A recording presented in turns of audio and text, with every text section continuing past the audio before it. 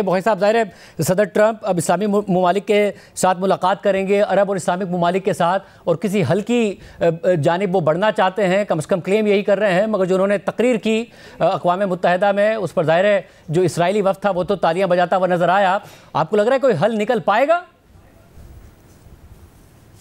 देखिए, हल तो निकलेगा। वो हल क्या होगा ये अभी जो है कहना जो है कबल वक्त है, लेकिन कुछ उसकी खादो खाल हमें पता है। मैंने एक मजमून लिखा था मई के महीने में, post war security in Gaza के नाम से। तो उसमें मैंने यही पेशन गोई की थी कि देखें, अगर दुनिया को और इवन इसराइल के अंदर ये मुतनाज़ा बात है कि जी आप लॉन्ग टर्म ऑक्यूपेशन करें गाजा की, तो ये अगर काबिल कबूल नहीं है और अमेरिका अपनी फौजें नहीं डालेगा और कोई मुल्क आ नहीं रहा है, तो वहाँ की सिक्योरिटी कौन संभालेगा?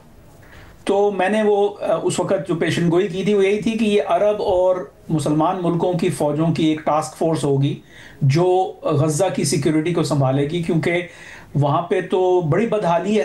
तो इससे पहले तामीर नौ का काम शुरू हो, वहाँ पे सिक्योरिटी की प्रोविज़न कौन करेगा? तो और फिर ये जिम्मेदारी अमेरिका ने सऊदी अरब को दी है।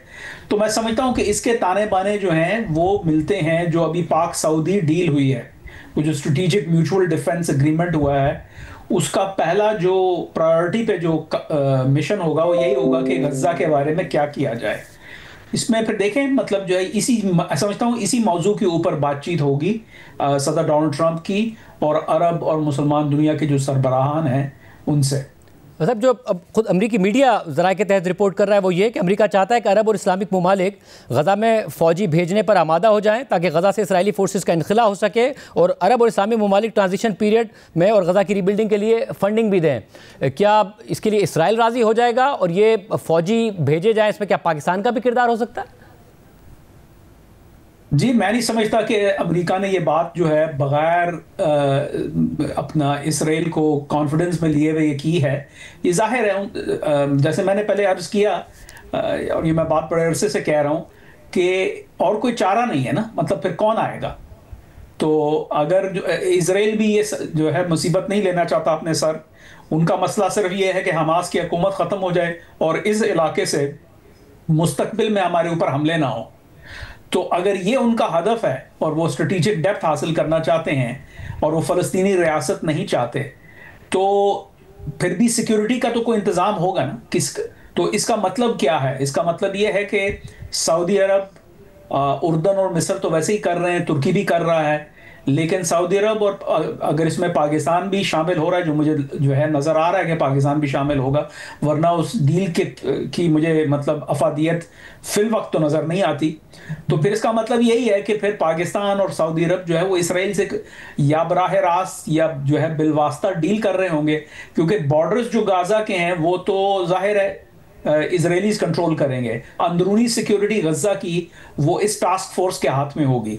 तो आई थिंक यही बातचीत हो, इसी चीज़ को अमली जामा पहनाने के लिए ये गुफ्तगू हो रही है, क्योंकि वैसे तो ये बायलैटरल तौर पे मुख्तलिफ ममालिक के साथ बड़े अरसे से बातचीत चल रही है और दीगर और ममालिक आपस में बातचीत कर रहे हैं, लेकिन चूंकि यूनाइटेड नेशंस जनरल असम्बली का जो सेशन है वो मुलाकातों का एक बेसिकली बहाना बन जाता है। तो मैं समझता हूँ इस वजह से ये मीटिंग रखी गई है कि जहाँ सारे होंगे और सदर डोनाल्ड ट्रंप उनके साथ साइमल्टेनियसली सबके साथ इसी मौजू के ऊपर गुफ्तगू करेंगे और इत्तफाक राय लाने की कोशिश करेंगे। साहब, और इस सब में ज़ाहिर फ्रांस ने भी फ़लस्तीन को बतौर रियासत तस्लीम कर लिया। मगरबी इत्तेहादियों में अमेरिका के अलावा कोई नहीं खड़ा नज़र आ रहा इस वक्त इसराइल के साथ इतनी फोर्सफुली जिस तरीके से अमेरिका खड़ा है।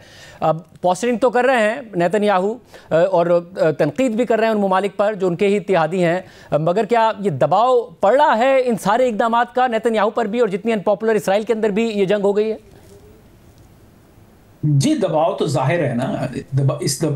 ये जो बदलती हुई हवा है आलमी तौर पे इसराइल के खिलाफ, जो मूड बदला है बैनुल अक़वामी सतह के ऊपर, इसने एक क्राइसिस क्रिएट किया हुआ है इसराइल के अंदर। क्योंकि एक तरफ वो लोग हैं जो कहते हैं कि जो है हमें अपनी सिक्योरिटी को देखना चाहिए और दुनिया चाहे जो मर्जी कहती रहे, हमें अपनी सिक्योरिटी को अव्वलीन तरजीह देनी चाहिए। दूसरी तरफ वो लोग हैं जो कहते हैं कि हम आइसोलेट नहीं होकर रह सकते, और बिलखसूस अमेरिका के साथ हमारे अमेरिका के ऊपर भी दबाव आता है, और फिर ये ना हो कि अमेरिका जो है उस तरीके से हमारी सपोर्ट ना करे जिस तरीके से वो करता आया है।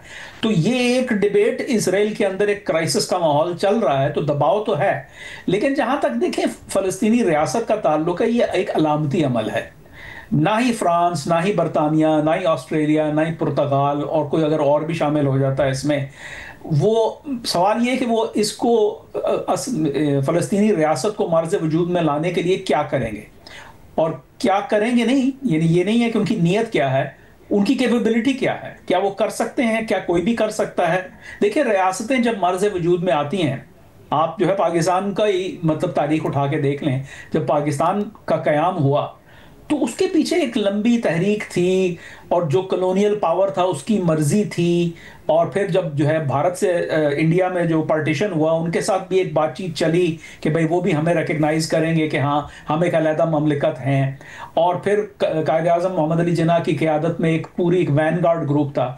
ये सारी चीज़ें हमें नज़र नहीं आती फ़लस्तीन के जो ना अंदर।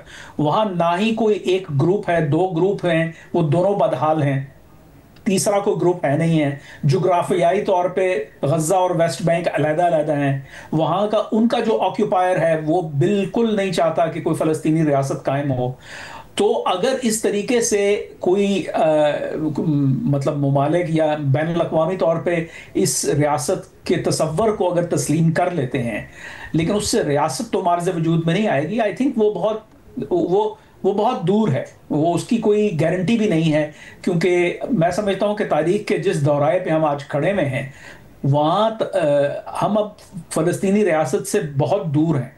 ये 90s में जो है लगता था कि ऐसा हो जाएगा, लेकिन सन 2000 से लेके अब तक, यानी सेकंड इंतफादा से लेके अब तक, जो फ़लस्तीनी रियासत का जो गोल है, उससे हम दूर ही होते जा रहे हैं, दुनिया दूर होती जा रही है। तो ये हमें इस कॉन्टेक्स्ट को समझने की ज़रूरत है, ताकि ये जितने जो है मतलब ममालिक तस्लीम कर रहे हैं फ़लस्तीनी रियासत के तसव्वुर को, उनकी हकीकत से हम वाज़े हो हमारे ऊपर।